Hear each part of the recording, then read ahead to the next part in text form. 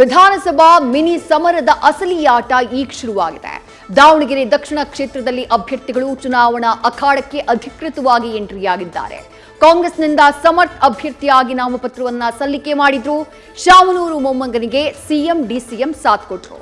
ಇದೇ ವೇಳೆ ಕಾಂಗ್ರೆಸ್ಗೆ ಬಂಡಾಯದ ಬಿಸಿ ತಟ್ಟಿದೆ. ಇತ್ತ ಬಿಜೆಪಿ ಅಭ್ಯರ್ಥಿ ಶ್ರೀನಿವಾಸ ದಾಸ ಕರಿಯಪ್ಪ ಕೂಡ ನಾಮಿನೇಷನ್ ಫೈಲ್ ಮಾಡಿದ್ದಾರೆ.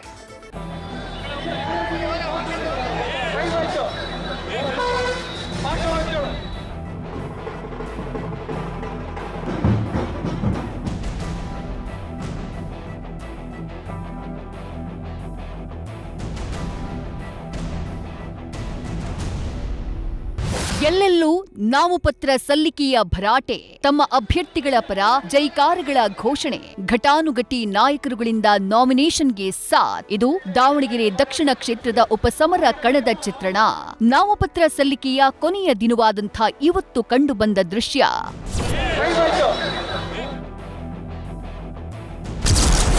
ದಾವಣಗೆರೆ ದಕ್ಷಿಣ ಕ್ಷೇತ್ರಕ್ಕೆ ಸಮರ್ಥ ನಾಮಪತ್ರ ಸಲ್ಲಿಕೆ. ಶಾಮನೂರು ಮೊಮ್ಮಗನಿಗೆ ಸಿದ್ದರಾಮಯ್ಯ ಡಿಕೆಶಿ ಸಾಥ್.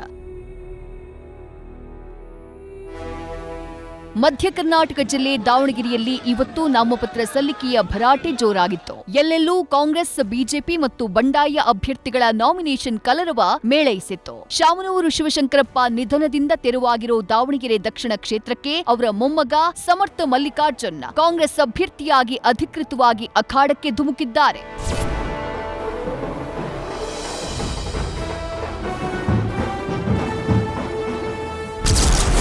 ಒಂದೇ ಹೆಲಿಕಾಪ್ಟರ್ನಲ್ಲಿ ಸಿಎಂ ಡಿಸಿಎಂ ಆಗಮನ.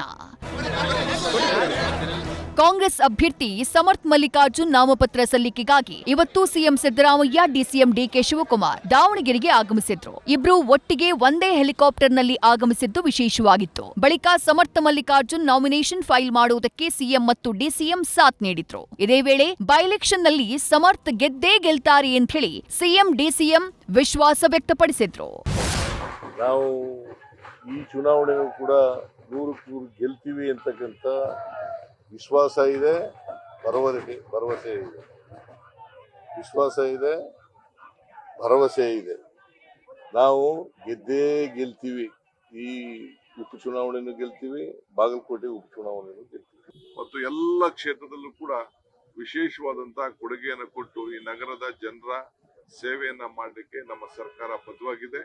ಎಲ್ಲರೂ ಕೂಡ ಗ್ಯಾರಂಟಿಗಳು ತಲುಪ್ತಾ ಇದೆ. ಬಹುಶಃ ಹೆಣ್ಣು ಮಕ್ಕಳು ಎಲ್ಲ ಶಕ್ತಿ ಇದ್ರೂ ಕೂಡ ನಾವೆಲ್ಲ ಹೆಣ್ಣು ಮಕ್ಕಳಿಗೆ ಮತ್ತು ಪ್ರತಿ ಕುಟುಂಬಕ್ಕೂ ಕೂಡ ವಿದ್ಯುತ್ ಶಕ್ತಿ ವಿಚಾರದಲ್ಲಿ ಎಲ್ಲ ವಿಚಾರದಲ್ಲಿ ಕೂಡ ನಾವು ಕೊಟ್ಟಂತ ಕೊಡುಗೆ ಅವರೆಲ್ಲ ಇವತ್ತು ಸ್ಮರಿಸ್ಕೊಳ್ತಾ ಇದ್ದಾರೆ. ಬಹಳ ಜನ ನಾನು ಸರ್ವೆ ಮಾಡಿಸಿದ್ದೇನೆ, ನೋಡಿದ್ದೇನೆ. ಒಳ್ಳೆ ಹಂತದಿಂದ ನಮ್ಮ ಅಭ್ಯರ್ಥಿ ಸಮರ್ಥ್ ಅವರು ಗೆಲ್ತಾರೆ ಅನ್ನೋ ಒಂದು ವಿಶ್ವಾಸ ಇದೆ.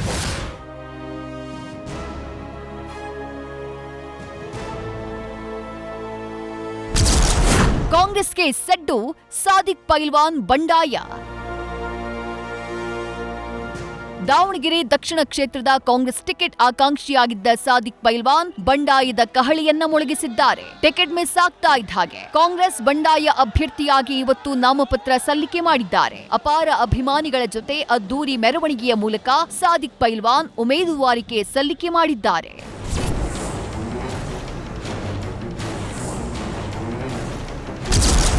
ಅದ್ದೂರಿ ಮೆರವಣಿಗೆ, ಬಿಜೆಪಿ ಅಭ್ಯರ್ಥಿ ನಾಮಿನೇಷನ್. ದಾವಣಗೆರೆ ದಕ್ಷಿಣ ಕ್ಷೇತ್ರದ ಬಿಜೆಪಿ ಅಭ್ಯರ್ಥಿ ಶ್ರೀನಿವಾಸ ದಾಸ ಕರಿಯಪ್ಪ ಕೂಡ ಇವತ್ತು ನಾಮಪತ್ರ ಸಲ್ಲಿಕೆ ಮಾಡಿದ್ರು. ನಾಮಪತ್ರ ಸಲ್ಲಿಕೆಗೂ ಮುನ್ನ ದಾವಣಗೆರೆಯ ದುರ್ಗಾಂಬಿಕಾ ದೇವಸ್ಥಾನದಿಂದ ತೆರೆದ ವಾಹನದಲ್ಲಿ ಭರ್ಜರಿ ಮೆರವಣಿಗೆ ಮಾಡಿದ್ರು. ಶ್ರೀನಿವಾಸ್ಗೆ ಮಾಜಿ ಸಿಎಂ ಬಿಎಸ್ ಯಡಿಯೂರಪ್ಪ, ಮಾಜಿ ಸಂಸದ ಜಿಎಂ ಸಿದ್ದೇಶ್ವರ್ ಸಾಥ್ ಕೊಟ್ರು. ಬಳಿಕ ದಾವಣಗೆರೆ ಮಹಾನಗರ ಪಾಲಿಕೆಯಲ್ಲಿ ಚುನಾವಣಾ ಅಧಿಕಾರಿಗೆ ಶ್ರೀನಿವಾಸ್ ತಮ್ಮ ಉಮೇದುವಾರಿಕೆಯನ್ನ ಸಲ್ಲಿಕೆ ಮಾಡಿದ್ರು. ನಾಮಪತ್ರ ಸಲ್ಲಿಕೆಯ ಬಳಿಕ ಶ್ರೀನಿವಾಸ್ ಗೆಲುವಿನ ಭರವಸೆಯ ಮಾತುಗಳನ್ನ ಆಡಿದ್ರು. ನಾನು ನಿನ್ನೆನೂ ಹೇಳಿದ್ದೆ ತಮ್ಮೆದುರಿಗೆ, ಕಾಂಗ್ರೆಸ್ ಎದುರಾಳಿ ಅಷ್ಟೇ, ನನಗೆ ಯಾರೂ ಅಲ್ಲ. ಕಾಂಗ್ರೆಸ್ ದುರಾಡಳಿತ ವ್ಯವಸ್ಥೆ ವಿರುದ್ಧ ನಮ್ಮೆಲ್ಲ ಬೂತ್ ಮಟ್ಟದ ಕಾರ್ಯಕರ್ತರು ಹೋರಾಟ ಮಾಡ್ತಾರೆ. ಅದರಲ್ಲಿ ಎರಡನೇ ಮಾತಿಲ್ಲ. ಮೇ 4ರಂದು ವಿಜಯದ ಪತಾಕೆ ಹಾರಿಸ್ತೀವಿ. ದಕ್ಷಿಣ ಈ ಬಾರಿ ದಾವಣಗೆರೆ ದಕ್ಷಿಣ ಬಿಜೆಪಿ ಪಾಲಾಗುತ್ತೆ.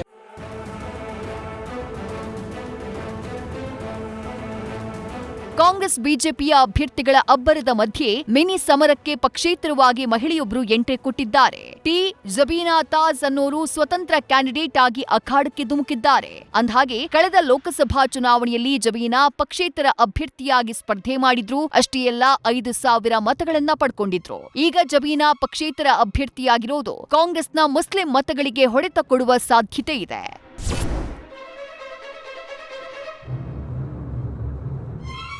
ದಾವಣಗೆರೆ ದಕ್ಷಿಣ ಕ್ಷೇತ್ರದಲ್ಲಿ ಕಾಂಗ್ರೆಸ್ ಬಿಜೆಪಿ ಮಧ್ಯೆ ಭಾರೀ ಸಮರ ಏರ್ಪಟ್ಟಿದೆ. ಆದರೆ ಕಾಂಗ್ರೆಸ್ಗೆ ಬಂಡಾಯ ಅಭ್ಯರ್ಥಿಗಳು ಬಿಸಿ ತುಪ್ಪವಾಗಿ ಪರಿಣಮಿಸಿದ್ದಾರೆ. ಚುನಾವಣೆ ಹೊತ್ತಿಗೆ ಕೆಪಿಸಿಸಿ ಅಧ್ಯಕ್ಷ ಡಿಕೆ ಶಿವಕುಮಾರ್ ಅವರ ಮನವೊಲಿಸ್ತಾರಾ, ಕದನ ಕಣದಿಂದ ಹಿಂದೆ ಸರಿಯುವಂತೆ ಮಾಡ್ತಾರಾ, ಕಾದು ನೋಡೋಣ.